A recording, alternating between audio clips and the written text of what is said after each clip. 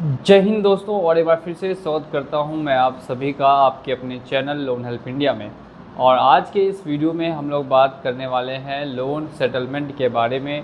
काफ़ी लोगों को लोन अपना सेटलमेंट करवाना है और काफ़ी लोग ऐसे हैं जिन्होंने ऑलरेडी लोन सेटल कर रखा है। तो बात करेंगे जिन्होंने ऑलरेडी सेटल कर रखा है या फिर जिनको लोन कम से कम पे सेटल कराना है, तो पूरा प्रोसेस क्या है, कैसे आप भी अपना लोन आसानी से सेटलमेंट करवा सकते हैं और क्यों बैंक जल्दी लोन सेटलमेंट नहीं करती और ऐसा बोलती है कि अब हमारे पास से लोन सेटलमेंट होना बंद हो चुका है। एक बार फिर से स्वागत करता हूं आप सभी का आपके अपने चैनल पर। और अगर आपने अभी तक चैनल को सब्सक्राइब नहीं किया तो चैनल को सब्सक्राइब करके और साथ ही साथ में बेल आइकन को प्रेस कर दें। तो यहाँ पे हम लोग बात करते हैं लोन डिफ़ॉल्ट। सबसे पहले जब आप लोन डिफ़ॉल्ट करते हैं तो कंपनी मिनिमम आपसे बोलती है कि आप अपना ईएमआई का मिनिमम ड्यू अमाउंट जो इंटरेस्ट होता है कम से कम उतना भी पेमेंट कर दें। क्यों आखिर आपसे इंटरेस्ट बार बार कहा जाता है देने के लिए? ताकि आपका अकाउंट एनपीए ना हो। एनपीए क्या होता है, अगर आपको ये नहीं पता तो आप जाके सर्च करेंगे एनपीए क्या होता है लोन हेल्प इंडिया, तो आपको पूरा एक डेडिकेटेड वीडियो इस टॉपिक पर मिल जाएगा। तो जैसे ही यहाँ पर आपको बार बार कहा जाता है कि आप इंटरेस्ट पेमेंट करते रहे, लेकिन जो आपका प्रिंसिपल ओवर ड्यू अमाउंट होगा वो जितना पहले था उतना अभी भी रहेगा। लेकिन जब आप पूरी तरीके से ईएमआई मिस करते हैं, यानी ना ही आप प्रिंसिपल पेमेंट कर पाते हैं ना ही इंटरेस्ट पेमेंट कर पाते हैं, तब जाके आपकी एक ईएमआई बाउंस होती है। एक ईएमआई बाउंस होने के बाद कॉल्स आना स्टार्ट हो जाती है बैंक की तरफ से, या एनबीएफसी का लोन है तो फिर एनबीएफसी की तरफ से कॉल्स आना स्टार्ट हो जाएंगी और बार बार आपको कहा जाएगा कि आप अपना ईएमआई जमा करें। फर्स्ट ईएमआई बाउंस होने के बाद आप कितनी भी कोशिश करेंगे कि आपका लोन सेटल हो जाए, तो ऐसा बिल्कुल भी पॉसिबल नहीं है। आज तक किसी भी किताब में फर्स्ट ईएमआई बाउंस होने के बाद लोन सेटलमेंट नहीं किया गया बैंकों के द्वारा। अब सेकेंड बात करते हैं, जब आपकी 3 ईएमआई बाउंस होती है। जब आपकी लगातार 3 ईएमआई बाउंस होती है तब जाकर आपको देखने के लिए ये मिलता है बैंक आप पे ज़्यादा प्रेशर बनाएगी कि आपने लगातार 3 ईएमआई नहीं भरी है, एक भी ईएमआई मिनिमम आप भर दें। अगर आप 3 में से एक भी ईएमआई भर देते हैं तो फिर आपका जो लोन अकाउंट है वो एनपीए नहीं होगा। लगातार 3 ईएमआई मिस करेंगे तभी आपका लोन अकाउंट एनपीए होगा, और बिना अकाउंट एनपीए हुए सेटलमेंट हो पाना ना के बराबर है। तो आप इतना समझ जाइए कि जब आप लगातार 3 ईएमआई बाउंस कर देंगे उसके बाद आपका जो लोन अकाउंट है वो नॉन परफॉर्मिंग एसेट्स, यानी कि आपके पैसे से अब बैंकों को कोई फ़ायदा नहीं पहुंच रहा, एनबीएफसी को कोई फ़ायदा नहीं पहुंच रहा। रिकवरी डिपार्टमेंट की तरफ आपका केस भेज दिया जाएगा। रिकवरी डिपार्टमेंट स्टार्ट करता है सबसे पहले रिकवरी करना फुल अमाउंट से। जो आपका फुल ओवर ड्यू अमाउंट है सबसे पहले वो आपको बोलेगा पेमेंट करने के लिए कि आप अपना फुल ओवर ड्यू अमाउंट आपका जितना भी है आप वो पेमेंट करके क्लोज़ करें।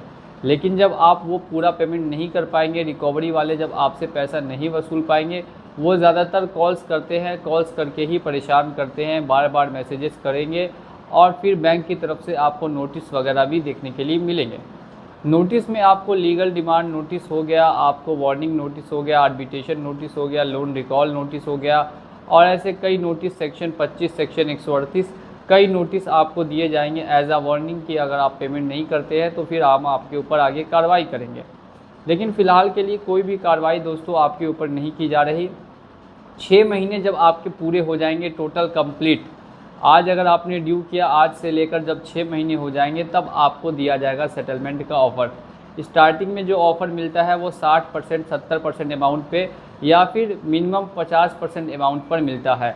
अब आप लोग सोचेंगे कि जब पहली बार सेटलमेंट करना ही है, जब सिविल ख़राब करना ही है, तो 50% पे क्यों सेटलमेंट करें? तो देखिए यहाँ पे 50% बैंकों ने आपको कहा है करने के लिए, लेकिन आपके ऊपर डिपेंड करता है आपकी कैसी स्थिति है, आप कितने में कर सकते हैं। ज़्यादातर लोग यही सोचते हैं कि हम सेटलमेंट 20 से 30% पे ही करेंगे और यही सोच के साथ वो बैंकों से नेगोशिएट करते हैं। नेगोशिएट करने का मतलब होता है बार्गेनिंग करना, कि वो अगर आपको 50 बोल रहे हैं आप उनको 20 बोल रहे हैं, वो 40 बोल रहे हैं आप 25 बोल रहे हैं, फिर वो 35 बोल रहे हैं आप 30 बोल रहे हैं। इस तरीके से जब आप नेगोशिएशन करेंगे तो लास्ट में जाकर एक फ़ाइनल आपको ऑफ़र दिया जाएगा। मिनिमम आपको 20% पे होगा और ऐसे एवरेज जो लिया जाता है वो 30% का है कि 30% तक पे कर दिया जाएगा। इसमें भी काफ़ी कंडीशंस लगती है, जो कंडीशंस है वो भी आप समझ जाएं। सबसे पहली जो कंडीशन है कि अगर आपके घर में आपका या किसी और का मेडिकल ख़राब है तो वो आप प्रूफ में अटैच करके अगर कंपनी को नोटिस देंगे तो आपका सेटलमेंट जल्दी से हो जाएगा। और इसमें दूसरी कंडीशन है, अगर आपकी जॉब जा चुकी है, आप लास्ट 6 महीने का बैंक स्टेटमेंट और जॉब का टर्मिनेशन या रेजिग्नेशन लेटर अटैच करके देंगे कंपनी को या बैंक को, तब कंपनी कम में सेटलमेंट करेगी। मेडिकल इशू है तब कम में सेटलमेंट करेगी, या और अगर अदर किसी तरीके से आपको प्रॉब्लम में फंसे हुए हैं और आप उस प्रॉब्लम से अब बाहर नहीं आ सकते और इसके रिगार्डिंग आपके पास किसी भी तरीके का एविडेंस है तो वो आप बैंकों को देंगे, तो फिर वहाँ आपका सेटलमेंट कम अमाउंट में किया जा सकता है। अमूमन ऐसे देखने के लिए नहीं मिलता कि बैंक खुद से आपको 20% ऑफ़र कर दे, 25% ऑफ़र कर दे, क्योंकि जितना कम ऑफ़र करेगी बैंक को उतना ज़्यादा लॉस होगा। और 20-25% ऑफ़र भी बहुत ही रेयर केसेस में किया जाता है, वो भी कुछ बैंकों के द्वारा। बाकी कुछ बैंक्स ऐसे हैं जो इतना कम आपको बिल्कुल भी ऑफ़र नहीं करते। ये हमने आपको बता दिया पूरा लोन सेटलमेंट का प्रोसेस, जो आपको 6 महीने बाद से स्टार्ट होकर आपको 1.5 साल 2 साल तक में आप पूरी तरीके से लोन को क्लोज़ करवा सकते हैं। इस बीच में सेक्शन 25 सेक्शन 138 बाउंस होगा नहीं होगा, इस टॉपिक पर वीडियो आपको नेक्स्ट आने वाला है। तो अगर आपने चैनल को सब्सक्राइब नहीं किया तो चैनल को सब्सक्राइब करके बेल आइकन को प्रेस कर लीजिए। चलिए चलता हूँ आज के इस वीडियो में और मिलूँगा आप लोगों से अगली वीडियो में बहुत ही जल्द। जय हिंद।